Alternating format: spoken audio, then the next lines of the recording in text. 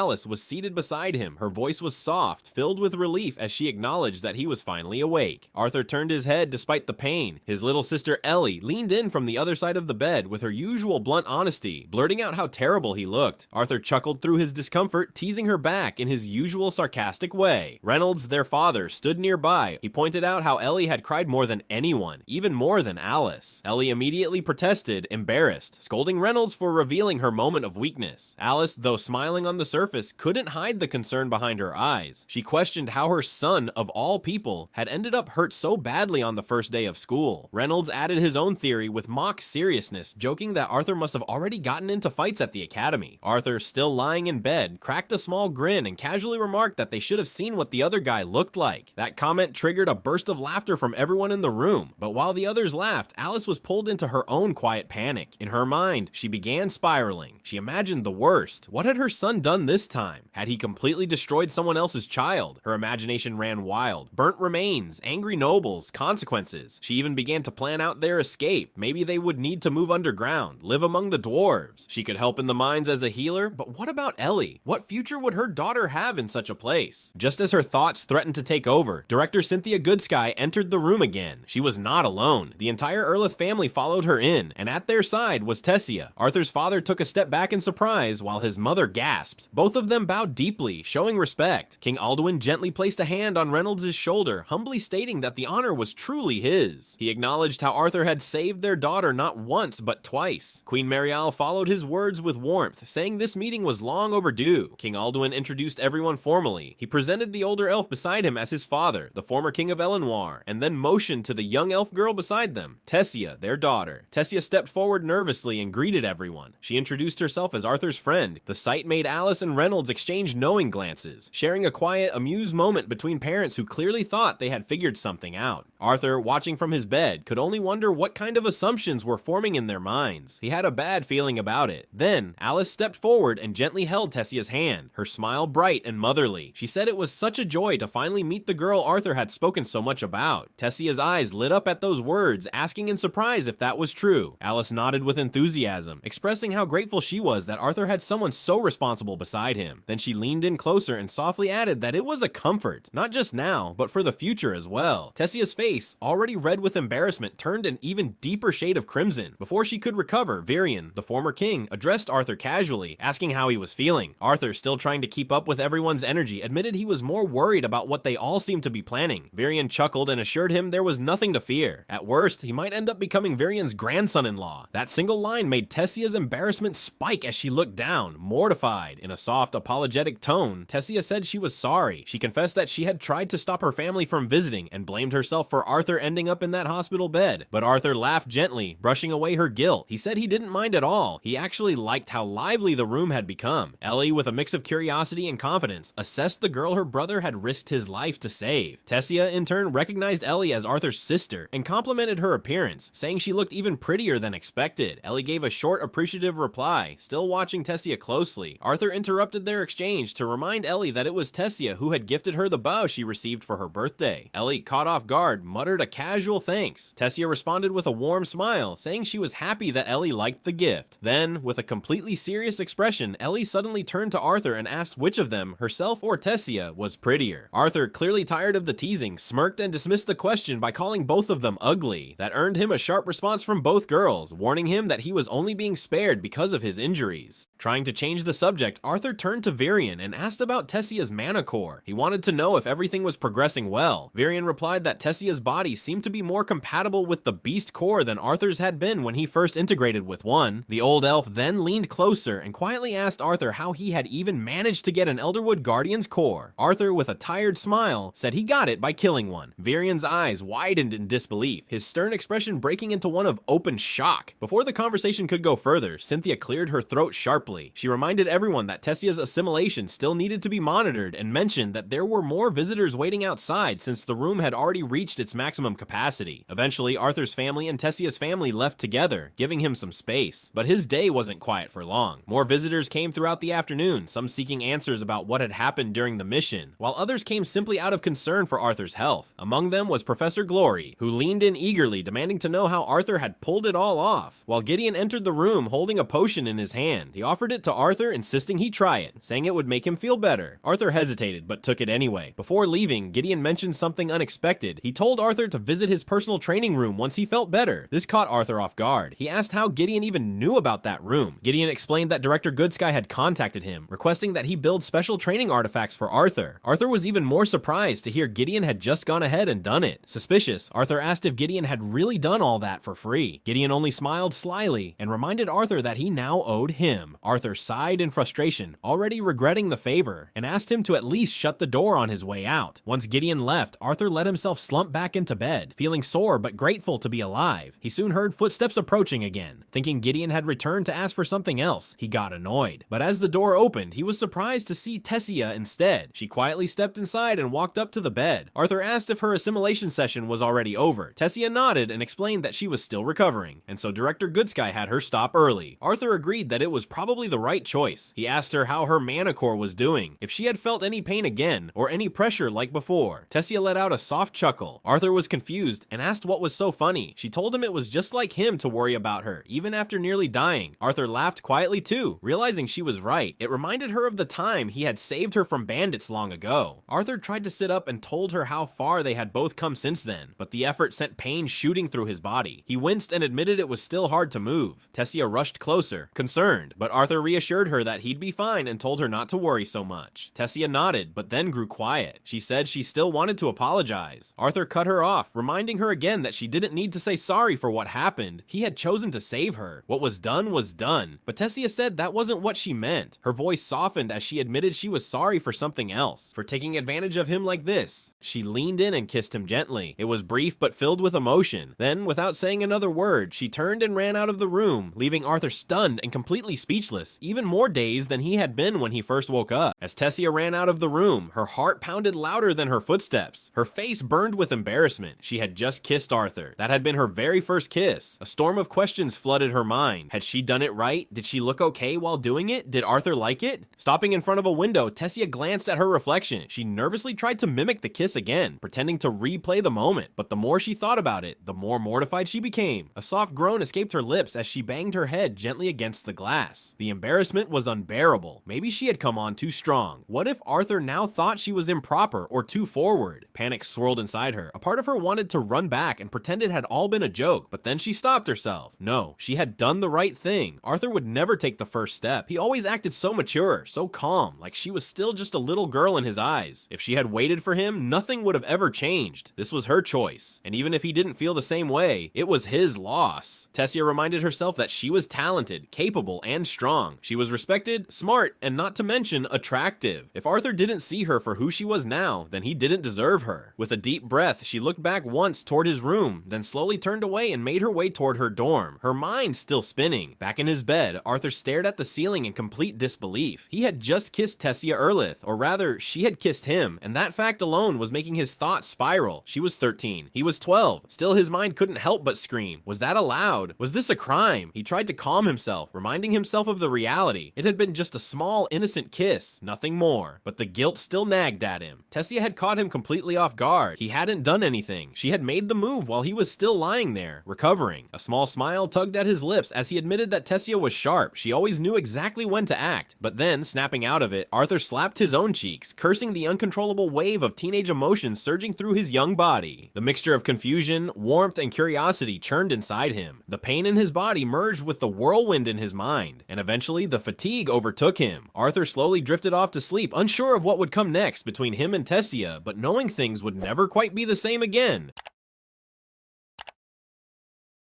While Arthur was recovering, several people came to visit him, checking on his health and progress. The days passed quietly, and soon only 2 days remained before classes were set to begin again. Around the campus, students were buzzing with rumors. Whispers spread quickly. Many had heard that the new professor for one of the advanced classes was just a first-year student. Some believed he had earned the position by defeating a previous professor in a duel. Others joked that maybe if they beat him, they could become a professor too. The gossip was endless, filled with disbelief and curiosity. Arthur walked down the hallway, accompanied by Cynthia and Gideon. His body was still adjusting after the recovery, but his steps were steady. Cynthia mentioned that tomorrow would be his first official day teaching. She asked if he had managed to prepare any material. Arthur replied honestly, he had just been discharged from the hospital the day before, so preparation had been minimal. Still, he felt confident enough to manage it. His thoughts then shifted to Tessia. He asked Cynthia about her assimilation progress. Cynthia gave a teasing answer, suggesting that if he was that concerned, he could visit her himself. Arthur felt his face warm slightly at the suggestion, though he kept his reaction hidden. Cynthia continued, explaining that Tessia's assimilation was going well under the guidance of her grandfather, Virion. However, Virion would soon need to return to Elenoir. Arthur then asked if Cynthia planned to take over the process after Virion left, but before she could respond, their walk came to an end. At their destination, Gideon's mood shifted quickly from quiet to energetic. He seemed unusually excited, a contrast to how much he had complained earlier about wasting time. Cynthia pointed this out, amused by his change in attitude. Gideon had taken it upon himself to make things interesting. In his own words, he had turned it into a challenge, a personal game to try and leave Arthur speechless. He believed what he was about to show would finally do the trick. Cynthia had only asked for a few sturdy artifacts to help Arthur with training, but Gideon had gone far beyond that simple request. He had poured his time and effort into creating something much more elaborate. When Gideon pushed open the door, what lay inside left even Arthur momentarily stunned. The room was transformed into a breathtaking open space, but at the center stood something far more striking, a massive machine, towering like a giant. A humanoid robot stood ready, its polished frame gleaming under the lights. Arthur's eyes scanned the room, genuinely impressed by the environment, but Gideon, ever dramatic, quickly pointed out that it wasn't the room he wanted to be admired. It was the machine. That was his true masterpiece. Cynthia stepped closer, sensing powerful waves of mana fluctuating in the air. She was curious, asking what the construct actually was. Gideon, clearly proud, launched into an enthusiastic explanation. This wasn't just some lifeless dummy. It was his most advanced creation yet, a training operator designed to handle spells and attacks from even mid-tier silver mages. He had named it TOBI, short for Training Operator Blast Inductor. Gideon had carefully calibrated its runes and mana output to mimic the strength of a dark orange core mana beast. At its current setting, Toby's power was close to that of a yellow core human. Its body was made of solid malagrit iron, making its durability far greater than the strength it projected. Gideon had clearly spent countless hours building this with the goal of challenging Arthur, but before Gideon could even finish his explanation, Arthur stepped forward. Without a word, he gathered mana into his fist and, with controlled power, drove his punch straight through the chest of the towering machine. The sound of metal tearing echoed through the room. In a single strike, Arthur had punched a hole clean through Toby. The giant robot collapsed backward, crashing to the ground with a heavy metallic thud. Everyone stood still for a moment. The room, built to impress, had just witnessed its centerpiece fall in seconds. Arthur, calm as ever, looked at the wreckage and commented that they would need to raise Toby's level. Gideon stood frozen for a moment, his mouth hanging open in disbelief at how easily Arthur had taken down the first training bot, but he wasn't finished yet. Determined to truly test Arthur's strength, Gideon activated multiple versions of his artifact, releasing a swarm of Tobys into the training room. Arthur's expression didn't change. Instead, he calmly activated all 4 of his elemental affinities, allowing the raw energy of mana to surge around him. The Tobys buzzed to life, each one dashing toward him with mechanical precision. Arthur, holding his sword Dawn's Ballad, welcomed them without hesitation. He dashed forward with explosive speed, his blade piercing clean through the first Toby and sending it flying backward. Another Toby quickly countered, slamming its fist forward. Arthur barely stepped out of the way, avoiding the blow by a narrow margin, then regained his footing in an instant. Flames erupted from his sword as he swung again, sending the second Toby sliding across the floor. That wasn't enough to stop it. The bot steadied itself and launched forward with another heavy punch. Arthur ducked under the strike and, without missing a beat, grabbed the Toby's arm with a tight grip. Using raw strength and mana, he slammed the machine into the ground, creating a thunderous impact that echoed through the room. With both bots now disabled, Arthur casually snapped off the arm of one Toby as if to make a point. Watching from the sidelines, Elijah winced, clearly feeling pity for the poor machines that had just been dismantled. Gideon, though, wasn't convinced Arthur was truly recovering from his injury. He mocked the boy, questioning whether he and director Cynthia Goodsky were in on some scheme. Arthur brushed it off, mentioning that his footwork had been clumsy, trying to hint that he wasn't at his best. Gideon, not missing a chance to jab back, sarcastically remarked that it looked more like Arthur had been performing for royalty. Still, Gideon asked for feedback, wondering if Arthur had any thoughts on improving the artifact. Arthur didn't hesitate. He pointed out the obvious weakness in Toby's joints, suggesting they needed to be reinforced. He also noted that while the bot was designed to fight mages, it lacked the ability to use offensive elemental magic, which was a major limitation. Gideon, slightly annoyed but still curious, reminded Arthur that the bots were designed for augmenters, not monsters like him. He asked if there was anything else. Arthur, ever observant, added another critical insight. He explained how Toby's current mana reinforcement system was flawed. The bot was emitting a single protective layer of mana around its body, which was easy and fast, but also predictable and vulnerable. Arthur suggested a more advanced design, using separate interconnected plates of mana. That way, if one section of the barrier broke, Toby could repair it quickly without needing to draw huge amounts of mana to replace the whole thing. Everyone turned toward Arthur. They couldn't hide the shock on their faces, especially after what he had just explained about the mana barrier. Arthur, still slightly confused and taken aback, looked around at them, unsure why they were staring at him like that. Gideon, clearly stunned, questioned whether Arthur had truly mastered a mana barrier of such complexity. Cynthia Goodsky, meanwhile, was already thinking ahead. She found Arthur's idea fascinating. This new method of forming an interlinked mana shield could allow more flexibility than the usual full-body mana shroud most mages currently used. Although it might take longer to cast at first, the potential advantages were too great to ignore. Determined to present this innovation to the Mages Guild, Cynthia quickly took her leave, thanking Arthur before exiting. Once she left,